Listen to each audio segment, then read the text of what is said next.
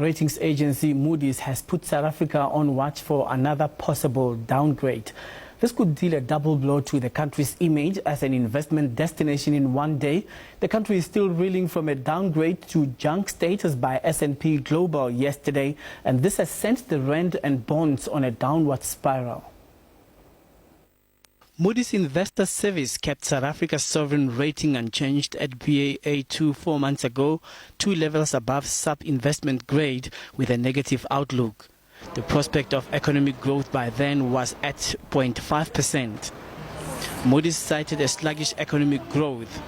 Chief economist at SABC, Tafazwa Chibanguza, sees a downgrade as a possibility.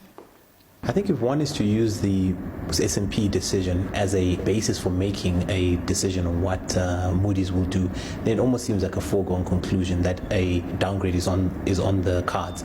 While the Baa2 negative rating puts South Africa on shaky ground, Moody's says the country has consistently met its expenditure ceiling and is close to bringing the primary fiscal balance into surplus.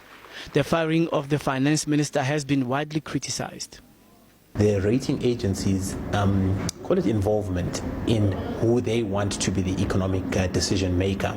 That is probably the key issue, because you can imagine now, if as conspiratorial as it might sound, if Malusi Gigaba was to do a good job, what this current scenario has created is that he would also be taken out, right? So there's that issue as well. So now the issue is more that we need political certainty. It's not so much the individual, but it's the lack of stability. That's really what's creating the issue for most investors, and this is why you'll see the decisions by S&P as well as by Moody's as well. Moody's says the possible downgrade would be based on a key risk to stabilization of the debt to GDP ratio by 2018 to 2019. The ratings agency says other risks include rising contingent liabilities related to government guarantees to state-owned enterprises.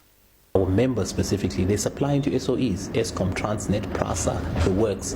Now, naturally, this now impacts the SOE's ability to pay our guys or even engage in massive capital projects, because they obviously can't afford it on the basis of higher borrowing costs. Political and market risk could contribute to protracted low business confidence.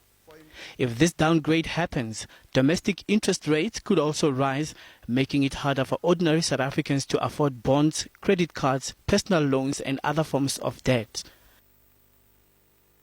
South Africa's image as Africa's powerhouse has taken a blow.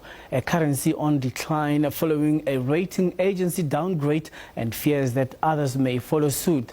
This after a cabinet reshuffle which saw the removal of the finance minister and his deputy. Moving into the eye of the storm, Standard & Poor downgraded South Africa to junk status. The country on tenterhooks as Moody and Fitch's announcements are awaited. The international community holding its breath. We are intending to go and engage with them, because we do need to address the perceptions about the political stability, the risks and uncertainties